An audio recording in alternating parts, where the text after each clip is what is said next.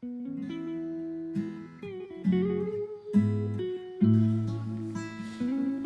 dia, meus irmãos. Vamos dar continuidade à nossa exposição no livro do profeta Oséias. Gostaria de pedir a toda a igreja que abrissem a Bíblia no livro de Oséias. E hoje nós vamos expor o capítulo 2.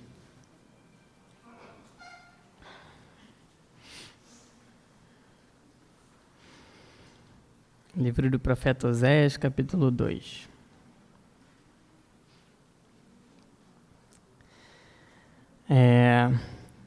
Hoje a gente vai tentar, à medida que a gente for lendo esse capítulo, a gente vai estar expondo algumas partes importantes e trazer algumas aplicações à nossa vida. Mas eu queria fazer o convite a todos que não ouviram as mensagens anteriores de entrar no canal da igreja. Entra no canal da igreja lá no YouTube, procura as mensagens anteriores, porque existem coisas que a gente vai falando ao decorrer da narrativa que nos ajuda a entender melhor o livro do profeta Oséias. Mas fiquem calmos, aqueles que não ouviram as mensagens anteriores, não vai fazer muita diferença, porque eu vou trazer o capítulo 2, o objetivo é edificar o coração de vocês, edificar a vida de vocês, e Deus vai falar na sua palavra. Mas é importante que vocês ouçam as mensagens anteriores, porque a gente está trazendo uma narrativa. Então é importante a gente saber o que aconteceu antes, para dar mais compreensão àquilo que a gente vai aprender vendo o capítulo 2. Então, o capítulo 1 de Oséias, eu queria trazer aqui a lembrança, só duas coisas de tudo aquilo que eu falei no capítulo 1. Duas coisas muito importantes.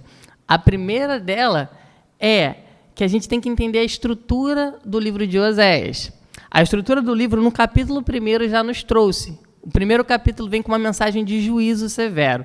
Nós vemos que Deus falou que iria acabar com o reinado de Israel, porque eles estavam se prostituindo. Então vem uma mensagem de juízo, uma mensagem severa ao seu povo. E logo no finalzinho do capítulo 1, nós vemos uma notícia de esperança. E o livro de Oséias inteiro vai ser assim, uma mensagem de juízo e logo após uma mensagem de esperança. Então, a gente viu no final do capítulo 1 que um líder seria levantado e aqueles que não seriam chamados de não meu povo, não amado, vai se chamar filho de Deus através desse líder, que é o nosso Senhor Jesus Cristo. Então, isso é importante a gente lembrar da estrutura do livro de Oséias para a gente entender o capítulo 2. E outra coisa importante para a gente trazer do capítulo 1 é a narrativa. A gente tem que entender que a forma que Deus está falando com Oséias é sobre a família dele, não apenas palavras jogadas ao vento, não é apenas uma orientação, uma norma para o povo, mas Deus pegou Oséias e falou, vou fazer da sua família um outdoor daquilo que o meu povo está fazendo. Então, duas coisas importantes, a estrutura, vai vir uma mensagem de juízo e logo após uma mensagem de esperança para o povo, e segunda coisa, entender que estamos falando de pessoas reais, de homens que tiveram a sua família, que Deus fez com que a família de Oséias fosse um pouco desestabilizada. Então ele pegou um profeta, falou, case-se com uma prostituta, é a segunda personagem, e conhecemos os 3 filhos de Oséias na mensagem anterior. Jezreel, o filho de Oséias com Gomer, conhecemos Lo-Ami e Lo-Ruama, as 2 filhas de Gomer com os seus amantes. Então, esses são os personagens, a gente trazer na nossa mente, para a gente não ser indiferente ao texto, para a gente sentir realmente como Deus estava se sentindo naquele momento. Então, tragam isso à memória que a gente aprendeu no capítulo 1, sobre a estrutura do texto, juízo, esperança e a narrativa. Então, à medida que a gente for lendo, a gente vai expondo o texto. Então, vamos começar. Vamos ler o primeiro bloco, dividir em 3 blocos, do verso 2 ao 5, do 6 ao 13 e do 14 ao final. O primeiro bloco vamos ler, do 2 ao 5, e diz assim, repreendam sua mãe, repreendam-na, pois ela não é minha mulher, e eu não sou seu marido. Que ela retire do rosto o sinal de adúltera e do meio dos seios a infidelidade. Do contrário, eu a deixarei nua como no dia em que nasceu. Farei dela um deserto, uma terra ressequida, e a matarei de sede. Não tratarei com amor os seus filhos, porque são filhos de adultério. A mãe deles, só até o 4. Então, o que a gente vai ver nesses 4 primeiros versos é a mensagem de juízo. E eu intitulei essa parte, quem quiser anotar, fazer uma estrutura no livro de Oséias, do verso 2 ao verso 4, é repreensão de Deus, a importância de uma repreensão, a importância do arrependimento. Deus está chamando aqui o seu povo a se arrepender. Então, olha o que o verso 2 diz. Diz assim: repreendam sua mãe, repreendam-na, pois ela não é minha mulher, e eu não sou seu marido. Que ela retire do rosto o sinal de adúltera e do meio dos seios a infidelidade. Isso aqui é bem interessante, porque como a gente está tratando de uma narrativa, o livro poderia ser dividido apenas em Oséias e Gomer, né? Que é Deus e o seu povo. Mas tem um terceiro elemento aqui, que é os filhos de Gomer. E o início do capítulo 2, nesse verso 2, a mensagem de Deus não é para a esposa, é para os filhos dela.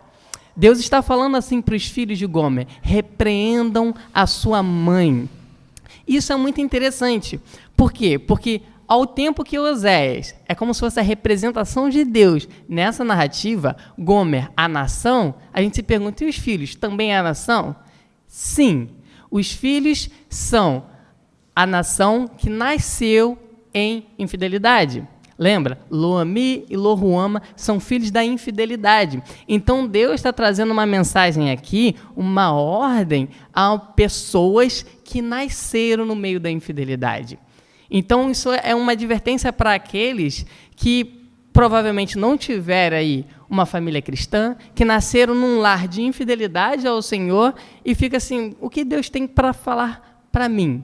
E Deus fala, não é porque você nasceu no meio de infidelidade que você precisa ser infiel. Então ele fala, repreendam-na, repreendam a sua mãe.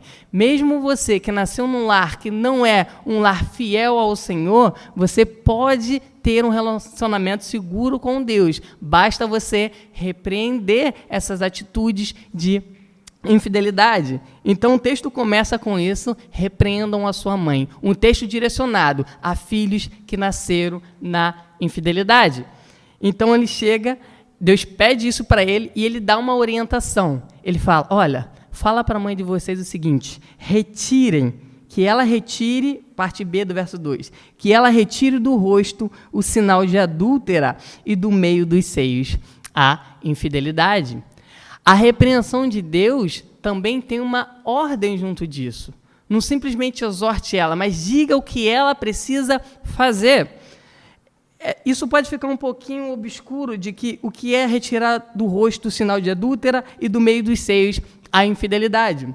No verso 13 do capítulo 2, explica um pouco do que está se referindo a isso. Deus está falando para elas retirarem ou deixarem de fazer algumas práticas que fazia com que ela se parecesse uma prostituta. No verso 13 diz assim, eu a castigarei pelos dias em que queimou incenso aos Baalins. Ela se enfeitou com anéis e joias e foi atrás dos seus amantes, mas de mim ela se esqueceu, declara o Senhor.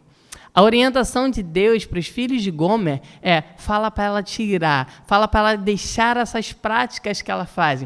Mande ela parar de se enfeitar para ir buscar os seus amantes. Era uma prática muito comum do povo de Israel, abandonar o seu Deus, esquecer do seu Deus e ir até Baal. Então ela se enfeitava, que era isso que o ídolo requeria dela. Sinais, tanto no seu rosto, com joias, quanto no meio dos seus seios, seus colares, que atraía a atenção para o seu corpo. Então, a repreensão de Deus aos filhos de Gomer é, fale para sua mãe parar com isso. Fale para sua mãe parar com essas práticas. Por quê? Porque ela é minha esposa. Ela é minha mulher, ela não tem que ficar fazendo esses tipos de prática. E o que isso traz para a gente? Qual o ensinamento que isso traz para as nossas vidas? É que a gente ouve muito por aí aquele discurso de que vinde como estás.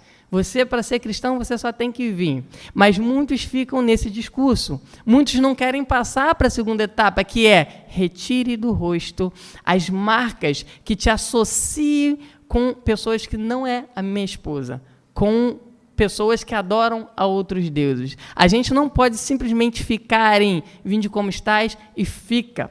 A palavra de Deus fala que a gente precisa deixar de fazer algumas práticas.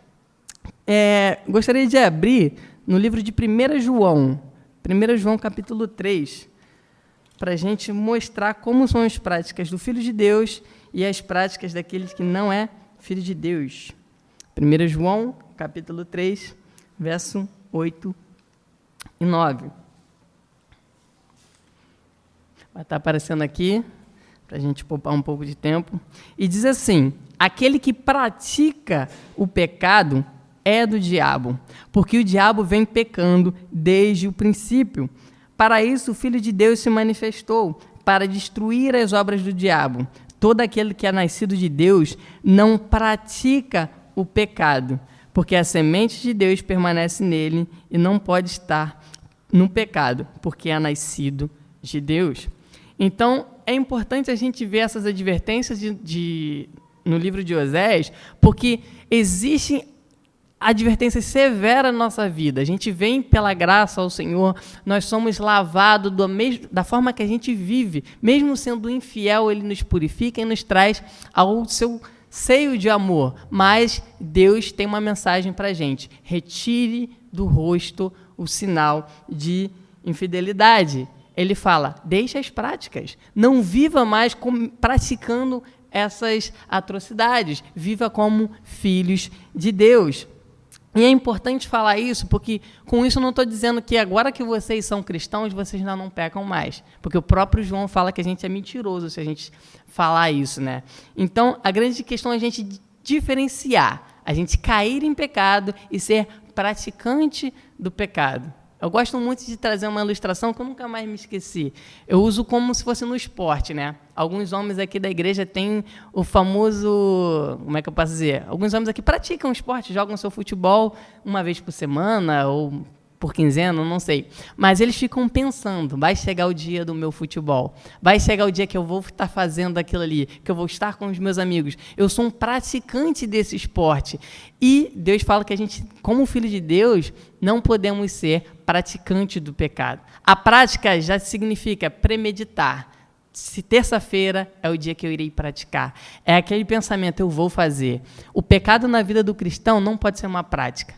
O pecado tem que ser um acidente. A gente tem que, cair em pecado. Nós não podemos ser praticantes. Então, a gente precisa desassociar. Aquele que vive na prática do pecado, ele não é filho de Deus. Então, Deus fala: deixem de praticar, retire do rosto esse sinal e dos seios a infidelidade. Mude as suas atitudes. Por quê? Porque tem advertência. Vem o do contrário no verso 3. Do contrário, eu a deixarei nua, verso 3 de Oséias, capítulo 2, como no dia em que nasceu. Farei dela um deserto, uma terra ressequida, e a matarei de sede. Não tratarei com amor os seus filhos, porque são filhos de adultério. Então a gente vê que realmente existem advertências para a nossa vida, da gente deixar de fazer algumas práticas para viver como filho de Deus. Deus traz advertências e consequências caso a gente não mude as nossas atitudes. Então ele fala: do contrário, se vocês não mudarem, terá consequências. O nosso Deus não é apenas um deusinho que passa a mão na nossa cabeça quando a gente vive na desobediência. Ele nos corrige, ele nos orienta. A segunda parte, o segundo bloco, a gente vai ler do 5 até o 13. 5 até o 12. E diz assim: a mãe deles foi infiel, engravidou deles e está coberta de vergonha, pois ela disse: irei atrás dos meus amantes, que me dão comida, água, lã, linho, azeite e bebida. Por isso bloquearei o seu caminho com espinheiros, e eu a cercarei de tal modo que ela não poderá encontrar o seu caminho. Ela correrá atrás dos seus amantes, mas não os alcançará. Procurará por eles, mas não os encontrará. Então ela dirá: voltarei a estar com meu marido, como no início, pois eu estava bem melhor do que agora. Ela não reconheceu que fui eu quem lhe deu o trigo, o vinho e o azeite, quem a cobriu de ouro e de prata, que depois usaram para Baal. Por isso, levarei o meu trigo quando ele amadurecer, e o meu linho quando ficar pronto. Arrancarei dela minha lã e meu linho, que serviram para cobrir a sua nudez. Pois agora vou expor a sua lascívia diante dos olhos dos seus amantes. Ninguém a livrará das minhas mãos. Acabarei com a sua alegria, suas festas anuais, suas luas novas, seus dias de sábado e todas as suas festas fixas. Arruinarei suas videiras e suas figueiras, que, segundo ela, foi pagamento recebido de seus amantes. Farei delas um matagal, e os animais selvagens a devorarão. Então eu o castigarei pelos dias em que queimou incenso aos Baalins. Ela se enfeitou com anéis e joias e foi atrás de seus amantes, mas de mim ela se esqueceu, declara o Senhor.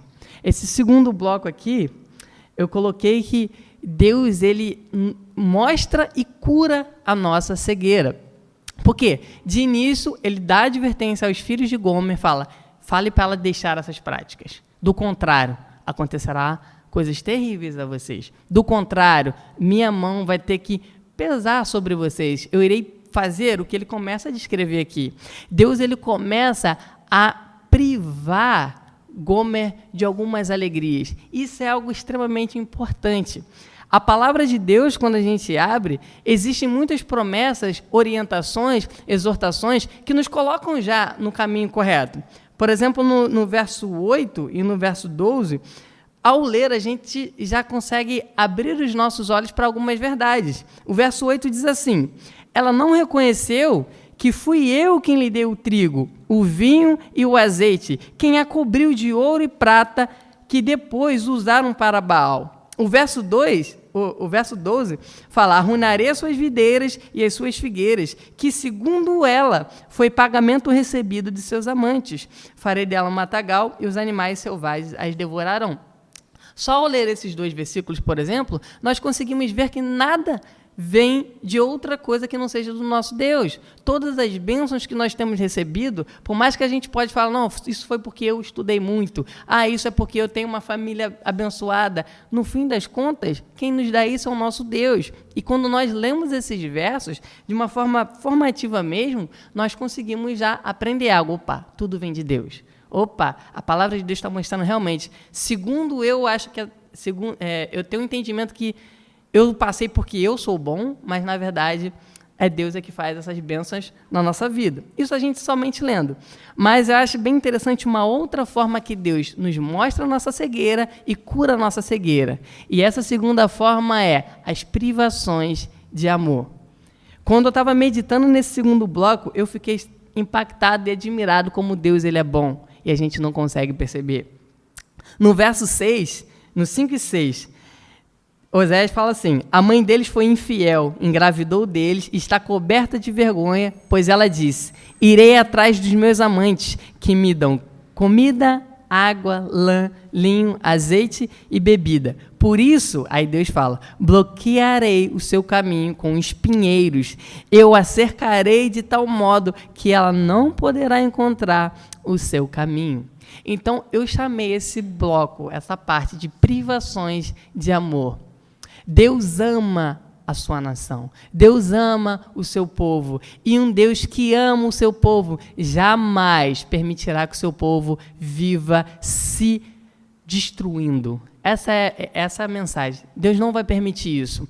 Eu ouvi uma mensagem do Paul Washer, uma das mais impactantes na minha vida, e tem até o título de Pregação Chocante, tem no YouTube, quem quiser procurar.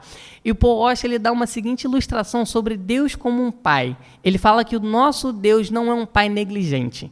Ele fala que pai que não é negligente, sabe que seu filho está de madrugada, numa rodinha de amigos, de pessoas que não fazem coisas boas, que pai, sabendo disso, vai permitir com que seus filhos fiquem lá?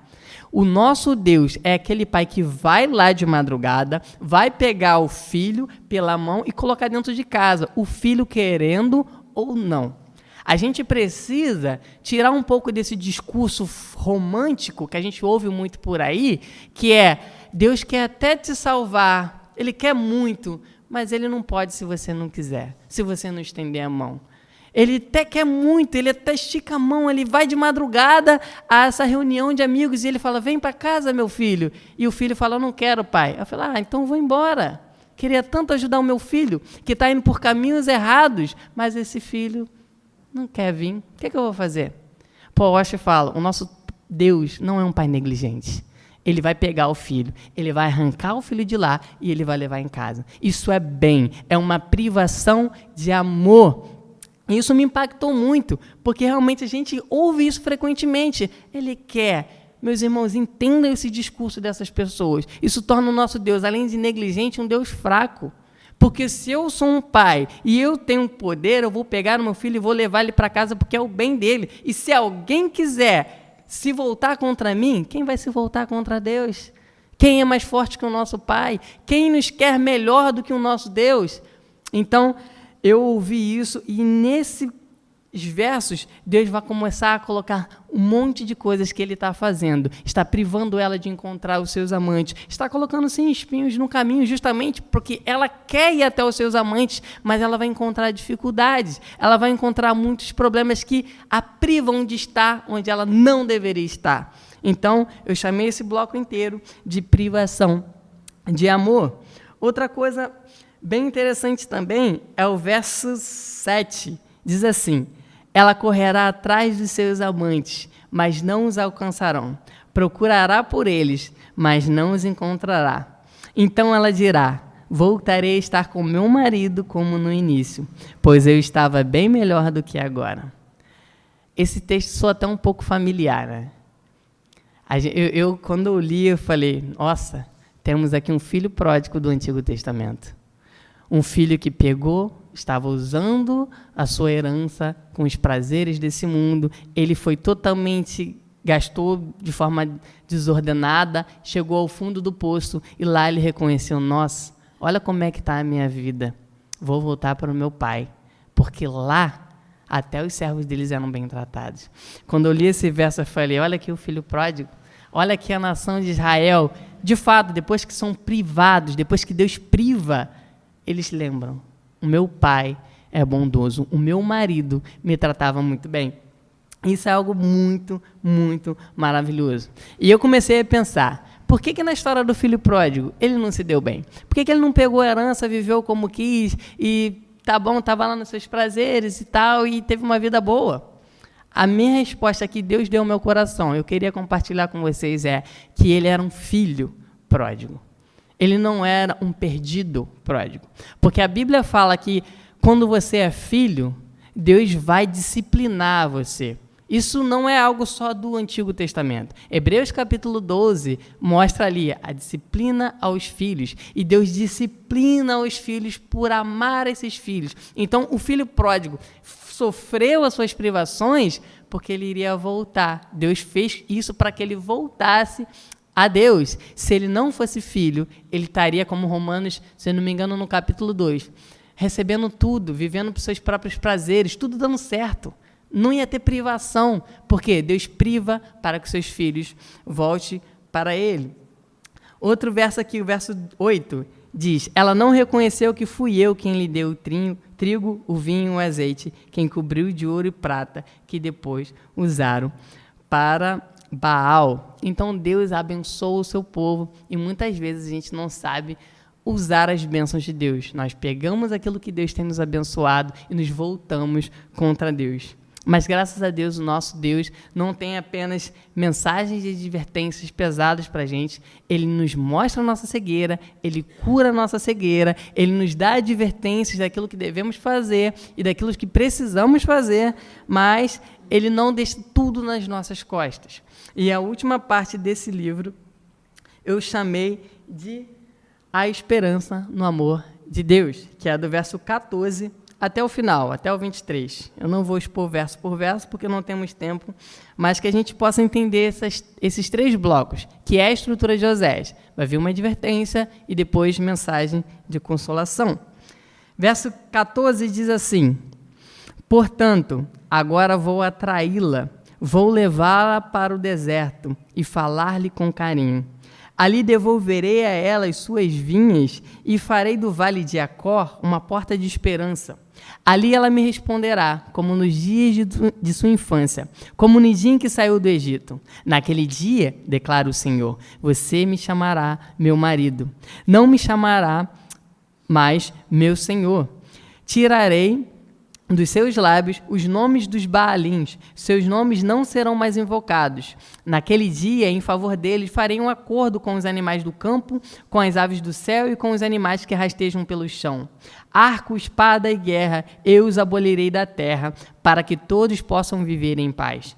Eu me casarei com você para sempre. Eu me casarei com você com justiça e retidão, com amor e compaixão. Eu me casarei com você com fidelidade e você reconhecerá o Senhor. Naquele dia eu responderei, declara o Senhor. Responderei aos céus e eles responderão à terra. E a terra responderá ao cereal, ao vinho e ao azeite. E eles responderão a Jezreel. Eu a plantarei para mim mesmo na terra. Tratarei com amor aquela que chamei não amada. Direi, aquele chamado não meu povo, você é meu povo. E ele dirá, tu és o meu Senhor. Essa última parte inteira eu tratei como a esperança no amor de Deus. Por quê? Porque mesmo Gomer, o povo, a nação de Israel, está se prostituindo. Deus trazer uma advertência, um alerta para ela, fala assim, volte, deixe as suas práticas. Por quê? Porque você está cega, Israel, você está achando que tudo que vocês têm é por conta de Baal. Baal significa o Deus da fertilidade, né? O Deus dos cananeus significa Senhor, e o povo estava acreditando que se eles tinham comida, se eles tinham gado, se eles tinham prosperidade, era Baal que estava fazendo isso e não Deus. Então Deus está mostrando a cegueira do povo de Israel, falando, ei, eu é o que estou te dando isso, então eu vou privar, vocês vão pedir aos seus amantes e vocês não terão nada. E aí sim, eu vou te trazer ao deserto. Verso 14. Portanto, agora vou atraí-la para o deserto, vou levá-la para o deserto e falar-lhe com carinho. Esse texto pode parecer algo um pouco simples. Nossa, que bom, Deus vai falar com carinho ao seu povo, que bom, um povo que nem merece. Mas quando eu entendi, quando eu li que Deus fala com carinho, eu imaginei algumas pessoas que já falaram com carinho para mim e como eu me senti bem. E a minha pergunta é, gente, a gente gosta de quando alguém fala com carinho para a gente. E se a gente consegue receber o carinho de uma pessoa que é pecadora, como a nação estava recebendo o carinho de Deus? Sabe? Imaginem por algum instante como é Deus falando ao ouvido de vocês com carinho.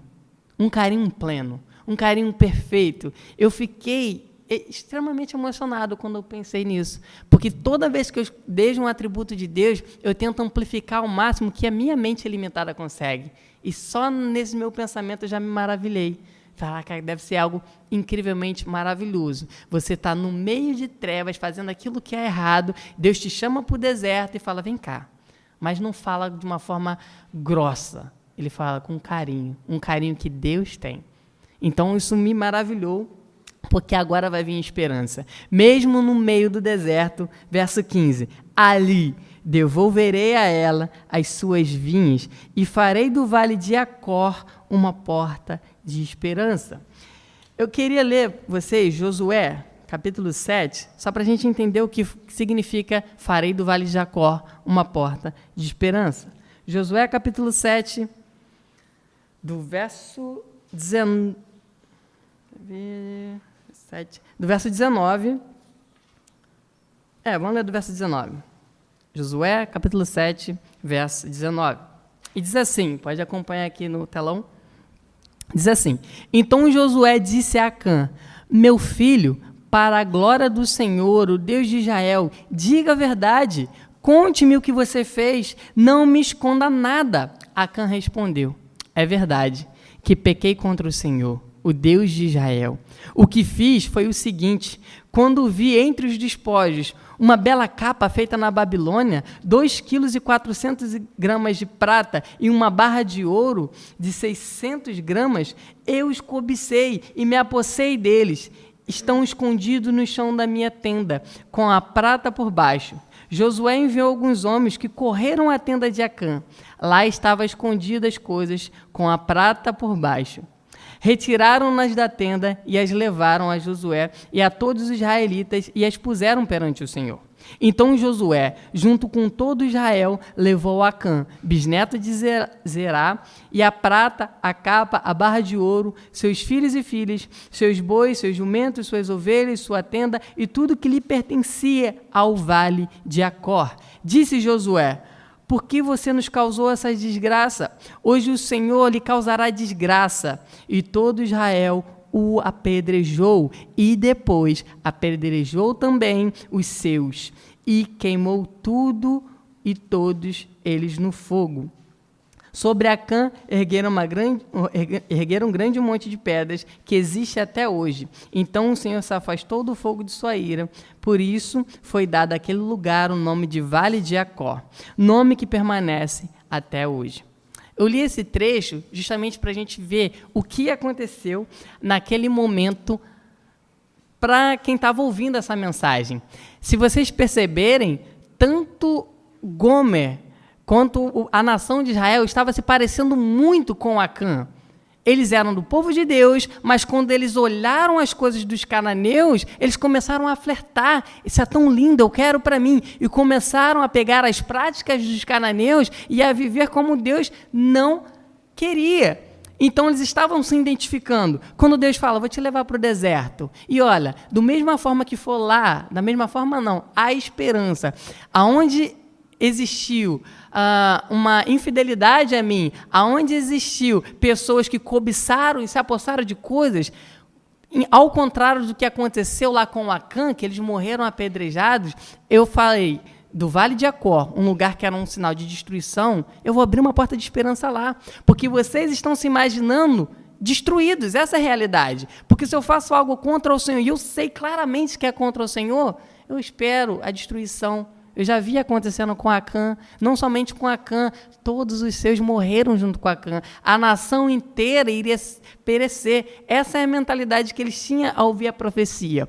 Mas Osés fala, no Vale de Acã, no Vale de Acor, uma porta de esperança vai se abrir. Fiquem calmos, mesmo no estado que vocês estão, mesmo sendo infiéis, estou falando com carinho, há esperança.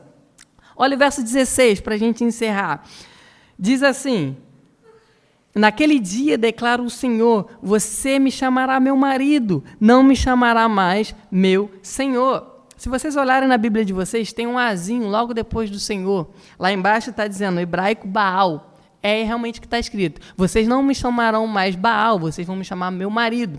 Chamar a Deus de Baal, em tese, não é tão errado, porque Baal significa mestre, significa Senhor, é aquele que traz as provisões e tal. Sim, mas Deus, como eu disse na minha primeira mensagem aqui, Deus não quer apenas trazer mantimento ao seu povo, Deus não quer apenas trazer informações de como vocês têm que viver. Deus quer se relacionar com vocês. Deus quer se relacionar com o povo. É muito mais do que abençoar e trazer mandamentos de como viver. Deus quer viver junto do seu povo. E no verso 16 ele fala, você me chamará meu marido e não me chamará mais meu Senhor. Tirarei Baal da boca de vocês, esquece Baal, me chamem de marido, eu sou o marido de vocês. Verso 19, ele fala mais uma vez, eu me casarei com você para sempre, eu me casarei com você com justiça e retidão, com amor e com paixão, eu me casarei com você com fidelidade e você reconhecerá o Senhor. E disso tudo, meus irmãos, dessa coisa maravilhosa que Deus está fazendo, percebe que alguns teólogos falam que Oséias é a busca de Deus implacavelmente pelo seu povo obstinado. O povo está indo aos seus amantes e Deus não mede esforço para ir até o seu povo e falar, volte-se para mim, volta para mim, eu vou me casar com você, declara o Senhor, você vai ser a minha esposa.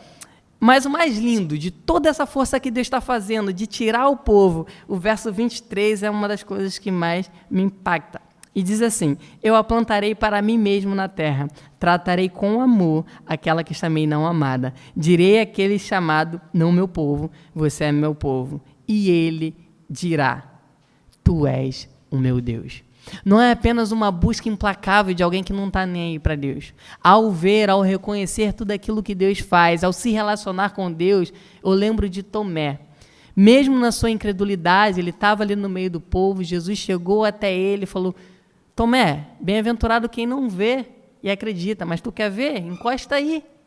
Tomé encosta nas feridas do Senhor, e ao mesmo tempo que ele encosta, ele tem um contato com Deus, ele se relaciona fisicamente com o Cristo. A atitude de Tomé não é falar: beleza, agora acredito, teoricamente. Não, os joelhos dele se dobram e falam: tu és o meu Senhor, tu és o meu Deus. Isso é voluntário. Todos aqueles que se relacionam com Deus, todos aqueles que encostam no Cristo crucificado e ressurreto, os joelhos se dobram automaticamente. Hoje a Dai, na aula dos adolescentes, falou algo extremamente importante. Não há como ter uma caminhada cristã sem reconhecer o que a cruz é para a gente. Sem reconhecer que existia um homem que subiu no madeiro e levou todo o peso que nós deveríamos ter levado. A dívida do pecado. Ele fez isso por amar a gente. Então, quando a gente toca nesse Cristo, nossos joelhos se dobram e é voluntária a nossa adoração. Fala: tu és o meu Senhor.